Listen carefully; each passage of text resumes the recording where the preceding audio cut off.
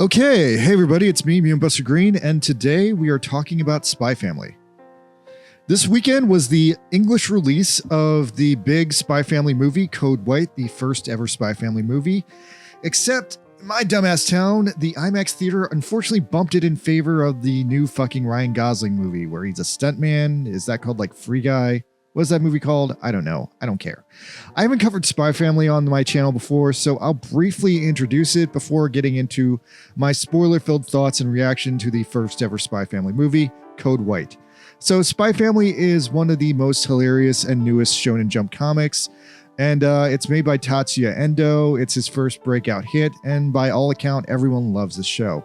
I might as well get into the loose political backstory of it that kind of explains why it's such a big deal.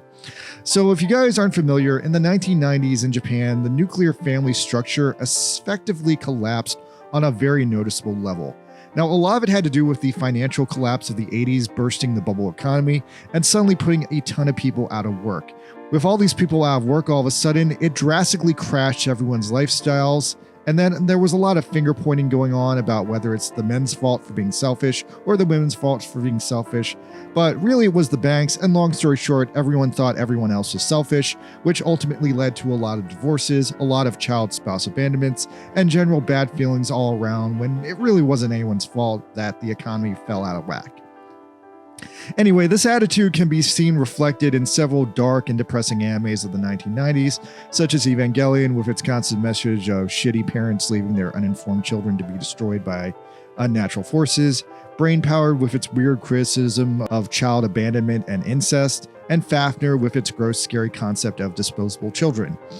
Anyway, since then, things really haven't gotten better. Arguably, they've gotten worse. And in the 2000s, Shinzo Abe became Prime Minister of Japan, and he did a lot of corrupt and cringy shit. But in the US, we can quickly sum up all that cringy shit as a meme where he told a lot of people to have sex, but they didn't.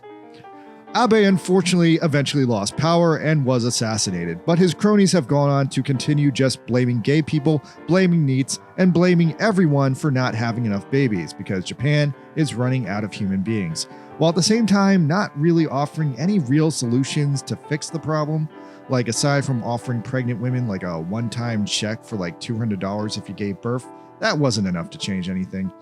Anyway, that brings us to Spy Family. So Spy Family has tried to present a middle-of-the-road solution where you can just ignore Shinzo Abe's desperate pleas to have sex, and Spy Family says, well, fuck it. If a very attractive man and a very attractive woman can at least live together without having sex, and they can at least raise a child, that's good enough to keep Japan going, and maybe that will eventually repair the nuclear family structure. Now, I can't say if the release of Spy Family has actually saved the world, or at least gotten any closer to fixing the Japanese nuclear family structure. But hey, it's at least a nice, cute anime that says, hey, raising a family isn't that bad. Cooperating with your spouse isn't the worst thing in the world, right? And so now we go on to the Spy Family movie, Code White.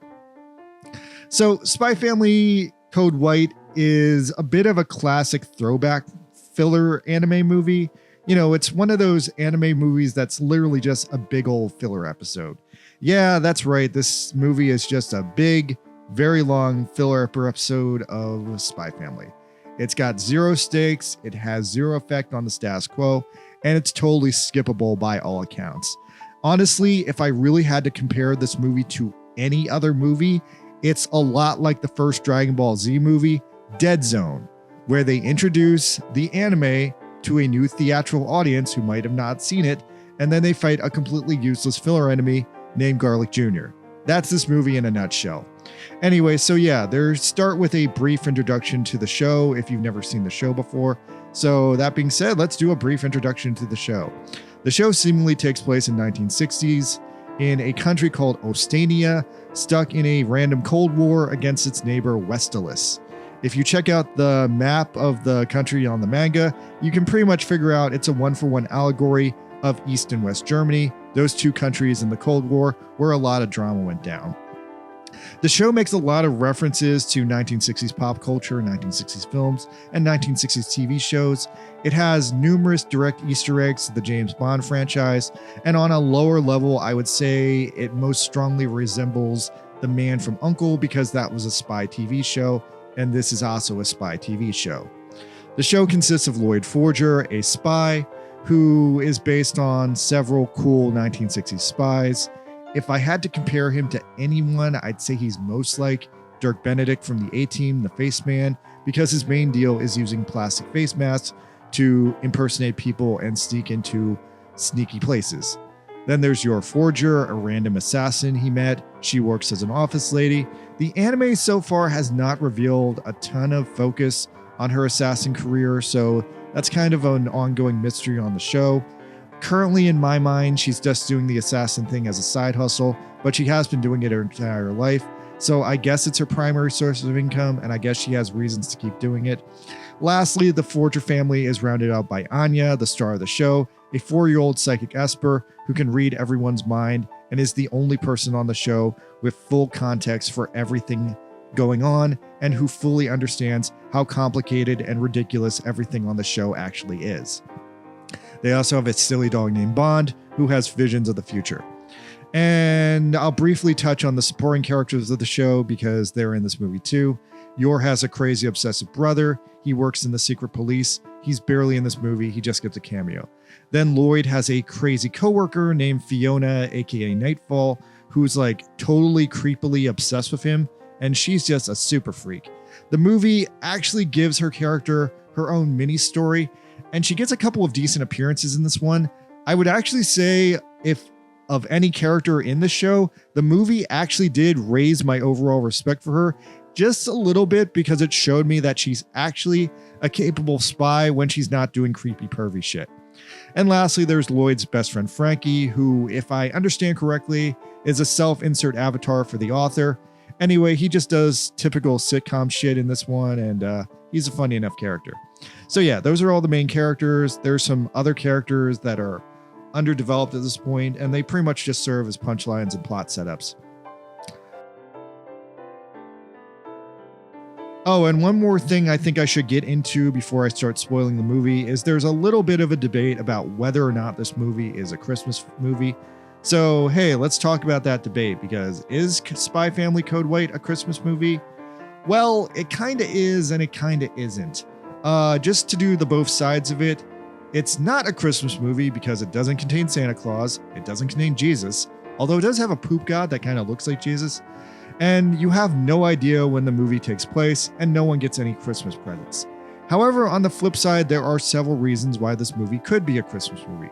For starters, in Japan, it was released on December 22nd, literally 2 days before Christmas. And the characters do visit a stereotypical Christmas-style shopping village. One of the biggest plots of the movie is actually that this movie is severely about fruitcake. Like, by all accounts, I would say Code White is the most about fruitcake I've ever seen a movie be about fruitcake, and you can argue that Code White is actually short for Code White Christmas. So, to sum it up, this movie is a very lightly Christmas, non-religious Christmas movie. Like, if you're Jewish, if you're Asian, if your family just considers Christmas a time where you go to the mall and you eat fruitcake, then it's a Christmas movie. Now, that being said, I will now proceed to spoil the movie Spy Family Code White. And yeah, so spoilers ahead if you give a damn.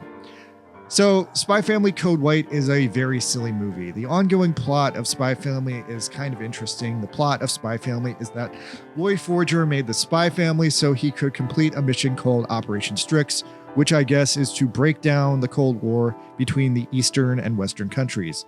And to do that, he has to get critical information from this guy named Desmond. Desmond has a kid going to the school, and so to achieve this, he enrolled Anya in the same school. The school is the fanciest school in the country, and she has to earn these gym badgy things from the school called Stella's, which will eventually allow her to attend an elite party where Lloyd can eventually rob Desmond of his secrets, or so I gather based on the episodes I've seen. Now, technically speaking, if Lloyd ever completes this mission, the Spy Family would probably be done and disbanded after that. So, what's also threatened in this movie is a new threat that because Lloyd's been at this mission for a year and hasn't made much progress, the government is actually on the verge of canceling the Spy Family program. And so maybe they're going to try a new approach to it. Anyway, this is dumb. Like, logically, maybe they could send out a second Spy Family to do the same work, but it is also majorly stupid to cancel the first Spy Family when they've already invested money in it for a year. Now, meanwhile, Yor is completely unaware of all this. She's just happily living with Anya and Lloyd. And meanwhile, Anya is 100% aware of this. And so Anya has her own motivations. She just wants to live a happy life and have parents. So her secret motivation is to draw out Operation Strix for as long as possible, or for at least the next 20 years, so she can happily grow into an adult with parents.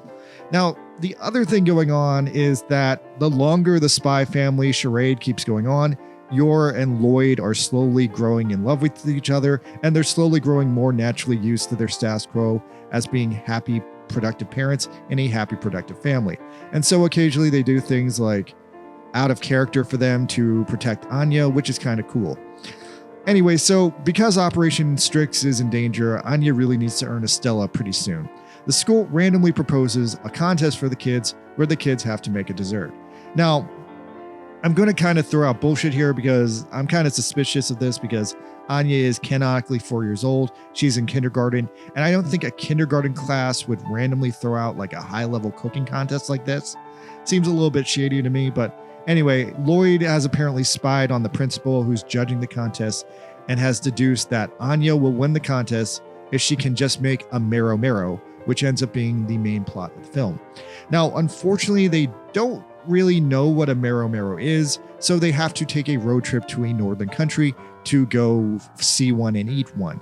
And I guess if you assume the characters are living in East Germany, the country they go to seems to be a composite of either like Sweden or Finland, or more closely the former Soviet Union, because while it seems to be a nice snow-covered country, it has an evil military. Now, the one thing I can kind of praise this film on is it's not about the main characters trying to kill themselves over like obtaining the Infinity Gauntlet or the Declaration of Independence. They're just trying to go on vacation to eat a high-class dessert. And I can respect that because I think I've done that. I think that's literally one of the main things I've tried to do on my vacations. And yeah, I've been in this scenario before. I can relate to this. Like one time I drove to Connecticut to eat really good clam chowder. I've done shit like this. So yeah, they go to this weird snow-infested country to get this marrow marrow thing, and there's only one restaurant that serves it, and they only serve it to families.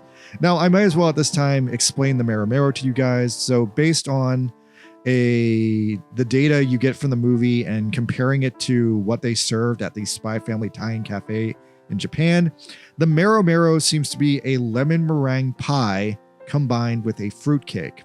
Now, in the anime, they seem to imply that it's a layer of lemon pie, a layer of fruitcake, and then the meringue on top. However, in the Spy Family Thai Cafe, they lazily just put the lemon meringue pie on top of the fruitcake. I guess that's more practical. I guess that's probably easier to make. But yeah, so long story short, this movie is all about fruitcake. Now, a lot of people, especially in America, they like to shit on fruitcake. I'm not sure what the deal is with that because I myself grew up with fruitcake and I've had some damn good fruitcake in my life. So maybe the issue is that people aren't getting high quality fruitcake. Yo, when I was a kid, my aunt used to buy me these like fruitcake cupcakes and they were so good. So like, I don't know why people are so biased against fruitcake, but I gotta just point out that you're doing it wrong. You find some high quality fruitcake, that fruitcake is excellent. And I'm tired of people shitting on fruitcake because they've never had good fruitcake. So bravo, Spy Family, you have officially made the most fruitcake movie. So anyway, so just as the family is about to eat this delicious lemon meringue encrusted fruitcake and understand the true pleasure and true glory of fruitcake, this asshole villain shows up. Now the asshole villain is like this evil Russian colonel with an obsession for two things: good food and war. So he steals the family's fruitcake. Lloyd ends up confronting him and they have a weird contest over the cake, but the colonel cheats and wins and eats the cake. So then Lloyd makes a deal with the restaurant that if he can collect all the ingredients to make another fruitcake, they will make him one. Now, this at first seems like it's kind of easy. He does have to win like orange syrup from a carnival game, but then he runs out of ingredients and he can't find cherry liqueur anywhere, which ends up being another major problem in the plot. So Anya eventually uses her and Bond's psychic abilities to track down the liqueur, but since they don't want to reveal that they have psychic powers, which is how they figured this out, they end up going to buy the liqueur themselves and end up getting abducted by the enemy army.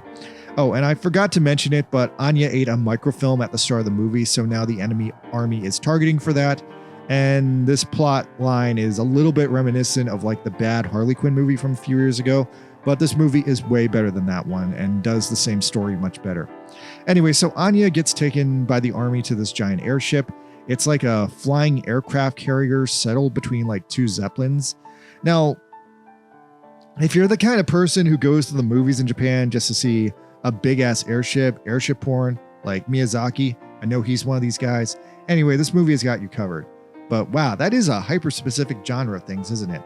So anyway, then the goofy villains that Anya is fighting decide that they need Anya to poop out the microfilm, which culminates in this like bizarre psychedelic sequence where the animators literally waste millions of dollars of the animation budget to do this like hyper animated tribute to poop.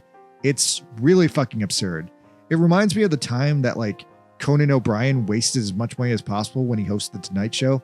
Anyway, yeah, the movie is funny. Moving on, Lloyd and Yor end up stealing this antique airplane from like, I guess a public park, and they somehow get working. At first, Yor doesn't want to go with Lloyd, but then she reconsiders it and sneaks on the plane. I really wonder how significantly more interesting and different this movie would have been if Yor and Lloyd had just consciously gone together. I think that would have actually made the movie cooler, but nah, no such luck. Anyway, they end up crashing into the airplane in a super comedic way where the plane lands square inside the wall of the ship, and so Lloyd is instantly inside the ship and Yor is instantly outside the ship. So Lloyd does his typical usual spy infiltration thing. There's a couple great moments where Yor gets attacked by several guys with machine guns and ends up lighting the airship on fire with a grenade. The fire slowly spreads and just consumes the entire airship over the course of the movie in like a real-time space of about 40 minutes, which seems kind of long for an airship fire, but okay, whatever, it's a movie. It was pretty interesting, actually. Now, the one thing that kind of like ruined my suspension of disbelief in this movie was Yor at this point in the film. Now, Lloyd doesn't do anything typically out of character for Lloyd's like arc in the show at this point, but meanwhile, Yor in this movie ends up having superhuman abilities, like in the whole ship infiltration sequence, like abilities that seem like she's now like 3 or even like 4 times more powerful than she's like presented in the TV show. Because like in the TV show, I've seen all the episodes so far. You can see her like defeat like 1 or 2 big guys by like hitting them with like kicks and needles and like hyper accurate attacks, like nothing big. But in this movie, she's like so much stronger for like no good reason. She's like effortlessly mowing down waves of soldiers. She's like climbing and bouncing off the walls like she's Sonic the Hedgehog. She's like taking down guys with like stealth attacks like she's Batman. And she seems to be totally fireproof in like a completely unrealistic way. And this culminates her having this like long drawn out boss fight with this like cyborg Terminator dude, which ends up being slightly difficult for her, but she ultimately defeats him with like outbreaking a sweat. Now, I kind of need to call BS on this because Yor just seemed way overpowered in this movie.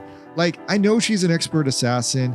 I know she sometimes gets like Hulk rage when like Anya is in danger, but in this movie, she's straight up like on a superhero power level. Like if Yor from this movie had to fight like all the Avengers, I think Yor could probably take all of them except maybe the Hulk.